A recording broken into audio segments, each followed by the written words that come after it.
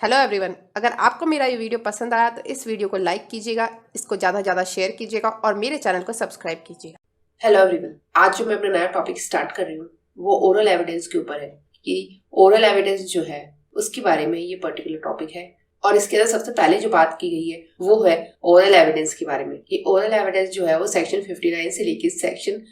60 तक है, मतलब दो सेक्शन इसके अंदर है, 59 और 60। और जो सेक्शन 59 है वो बात करता है कि जितने भी फैक्ट्स है उन सबको ओरल एविडेंस से प्रूव किया जाएगा, और जितने भी मतलब एक तरीके से फैक्ट्स होते हैं उन सब फैक्ट्स को ओरल एविडेंस से प्रूव किया जा सकता है। लेकिन जो कंटेंट ऑफ डॉक्यूमेंट्स या इलेक्ट्रॉनिक रिकॉर्ड है उन्हें बाकी किसी भी एविडेंस से प्रूव किया जा सकता है ओरल एविडेंस के अलावा। मतलब उनको जो है कंटेंट ऑफ डॉक्यूमेंट या इलेक्ट्रॉनिक रिकॉर्ड उनको ओरल एविडेंस से प्रूव नहीं किया जाएगा। बाकी जितने भी फैक्ट्स होते हैं उन्हें ओरल एविडेंस से प्रूव किया जा सकता है, may be prove by oral evidence. लेकिन अगर कोई कंटेंट है किसी डॉक्यूमेंट का या कोई इलेक्ट्रॉनिक रिकॉर्ड है तो उनके लिए कोई और चीज जो है, किसी भी दूसरे तरीके का कोई एविडेंस है, जैसे कि कोई डॉक्यूमेंट्री एविडेंस है, वो प्रोड्यूस करके उन्हें प्रूव किया जा सकता है। बेसिकली ये सेक्शन 59 में दे रखा है। मतलब कि जितने भी दस्तावेजी या इलेक्ट्रॉनिक जो भी अभिलेखों के अंतर्वस्तु है उनके सिवाय सभी तथ्य मौखिक साक्ष्य द्वारा साबित किए जा सकेंगे, ये सेक्शन 59 में दे रखा है। मतलब बेसिकली सेक्शन 59 में यही दे रखा है कि जितने भी फैक्ट्स होते हैं उन सबको ओरल एविडेंस से प्रूव किया जा सकता है। लेकिन जो डॉक्यूमेंट के कंटेंट है या जो इलेक्ट्रॉनिक रिकॉर्ड है उन्हें ओरल एविडेंस से प्रूव नहीं किया जाएगा, उन्हें दूसरी किसी एविडेंस से प्रूव किया जा सकता है। ये सेक्शन 59 के अंदर दे रखा है। फिर सेक्शन 60 जो है वो बात करता है कि जो भी ओरल एविडेंस है वो हमेशा क्या होंगे, वो डायरेक्ट होंगे। और उनके अंदर अगर कोई भी ऐसा फैक्ट है जो किसी भी चीज में मतलब सीन हो सकता है, विच कुड बी सीन, ऐसा कोई फैक्ट है तो उसमें एविडेंस उस पर्सन का होगा जिसने उस चीज को देखा है। मतलब ऐसा कोई फैक्ट है और वो कुड बी सीन, वो मतलब देखा जा सकता है, तो उसमें उस पर्सन का एविडेंस होगा, उस विटनेस का एविडेंस होगा जिसने भी उसको देखा है। और ऐसा कोई भी फैक्ट है जो मतलब हर्ड किया जा सकता है, जिसको सुना जा सकता है, उसमें एविडेंस उस विटनेस का होगा जो उसको सुनता है, जिसने भी उसको सुना है, उस पर्टिकुलर जो विटनेस है उसका एविडेंस इसके अंदर होगा। और ऐसे कोई भी फैक्ट है जिनको किसी भी सेंसेस से परसीव किया जा सकता है या फिर किसी भी दूसरे मैनर में उसे एक तरीके से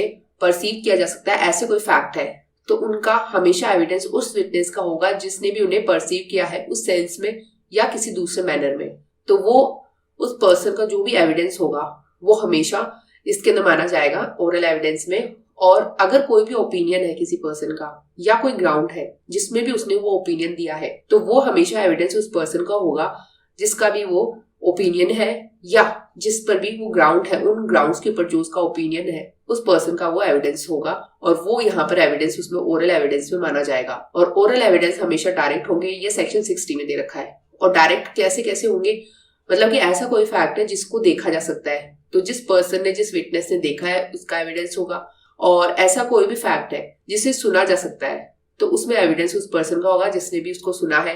या फिर उसको किसी भी महसूस किया, उसने परसीव किया किसी सेंस से, तो उसमें उस पर्सन का, उस विटनेस का एविडेंस होगा जिसने भी उसको सेंस किया है। या फिर कोई ओपिनियन दिया है उस पर्सन ने, कोई ग्राउंड है उसके ओपिनियन का, तो उसका एविडेंस उस पर्सन का होगा जिसका भी वो ओपिनियन है उन ग्राउंड्स के ऊपर। ये सेक्शन 60 में बात की गई है। और फिर उसके बाद में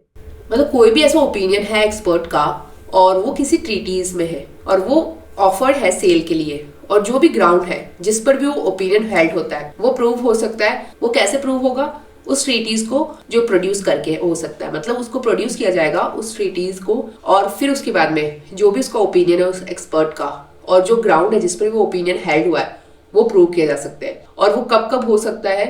वो उसको प्रोड्यूस किया जाएगा और किन कंडीशन में उसको प्रोड्यूस किया जाएगा। एक तो अगर ऑथर की डेथ हो जाती है, वो मिल नहीं रहा है, कैन नॉट बी फाउंड, और वो ऑथर इनकैपेबल है एविडेंस देने के लिए, और अगर उसको विटनेस के तौर पर बुलाया जाएगा तो बहुत ज्यादा डिले हो सकता है या एक्सपेंस हो सकता है और वो कोर्ट को अनरीजनेबल लगता है, तो उस केस में उसे विटनेस के तौर पर बुलाया नहीं जाएगा। और जो भी उसका ओपिनियन है और जो ग्राउंड है जिस पर वो ओपिनियन हेल्ड हुआ है वो प्रूव किया जा सकता है उस ट्रीटीज को प्रोड्यूस करके, और वो इन ग्राउंड्स पर प्रोड्यूस की जा सकती है। मतलब बेसिकली ये इसमें बता रखा है जो उसका प्रोविजो है इसके अंदर। और ये मतलब बेसिकली एक तरीके से क्या दे रखा है कि अगर कोई भी विशेषज्ञ है, उनकी कोई राय है और वो सामान्य विक्रय के लिए प्रस्तावित की जाने वाली पुस्तकों में अभिव्यक्त है और वह आधार जिन पर ऐसी राय धारित है, यदि रचयिता जो है मर जाता है, वह मिल नहीं सकता, या फिर वह साक्ष्य देने के लिए असमर्थ हो गया है, या उसे इतने विलंब या व्यय के बिना जितना न्यायालय अयुक्त समझता है साक्षी के रूप में बुलाया नहीं जा सकता, ऐसी पुस्तकों को पेश करके साबित किया जा सकता है। तो ये उसको एक तरीके से प्रूव किया जा सकता है, उसको मतलब उनको साबित किया जा सकेंगे, ऐसे पुस्तकों को पेश करके साबित किए जा सकेंगे। तो तब वो जो बुक है, जो ट्रीटीज है उसको प्रोड्यूस किया जा सकता है। और वो इसलिए किया जाएगा ताकि जो भी उसका ओपिनियन है उस एक्सपर्ट का, और जो उसने उसमें बुक में जो दे रखा है, और जो भी ग्राउंड है जिसके पे ओपिनियन वो हेल्ड हुआ है, उन ग्राउंड्स को प्रूव करने के लिए वो प्रोड्यूस की जाएगी। और वो इन कंडीशन में, जो 4 कंडीशन में, इनमें उनको प्रोड्यूस किया जाएगा। क्योंकि या तो उस ऑथर की डेथ हो गई है, वो मिल नहीं रहा है, इनकैपेबल है, या फिर अगर उसको बुलाया जाएगा तो उसकी वजह से डिले या एक्सपेंस हो सकता है, तो उस केस के अंदर फिर उसके बाद में कोर्ट जो है वो रिक्वायर कर सकती है कि जो भी मटेरियल थिंग है उन्हें क्या किया जाए, उन्हें प्रोड्यूस किया जाए। मतलब कोर्ट जो है, अगर कोई भी मटेरियल थिंग है उनको क्या किया जाएगा, उसको प्रोड्यूस करने के लिए कोर्ट कह सकती है, मतलब रिक्वायर कर सकती है कि जो भी मटेरियल थिंग है उन्हें इंस्पेक्शन के लिए प्रोड्यूस किया जाए। अगर ओरल एविडेंस जो है उनके एग्जिस्टेंस के बारे में या उनके कंडीशन के बारे में मतलब रेफर करता है, कोई भी मटेरियल थिंग है उनके बारे में, अगर उनके एग्जिस्टेंस के बारे में, क्योंकि वो एग्जिस्ट होती है नहीं होती, और उनकी जो भी कंडीशन है उनके बारे में अगर कोई भी ओरल एविडेंस रेफर करता है, तो कोर्ट जो है वो चाहे तो वो उनको प्रोड्यूस करने के लिए कह सकता है कि मटेरियल थिंग जो है उनको भी प्रोड्यूस किया जाए, ताकि वो कोर्ट उनको इंस्पेक्ट कर सके। और डॉक्यूमेंट के अलावा जो है मटेरियल थिंग, उनके लिए भी कोर्ट जो है मतलब एक तरीके से कह सकता है, रिक्वायर कर सकता है कि मटेरियल थिंग भी प्रोड्यूस की जाए। अगर वो ओरल एविडेंस उनके एग्जिस्टेंस के बारे में बात करता है या फिर उनकी कंडीशन के बारे में बात करता है, ताकि कोर्ट उनको इंस्पेक्ट कर सके, और एक तरीके से उनके इंस्पेक्शन के लिए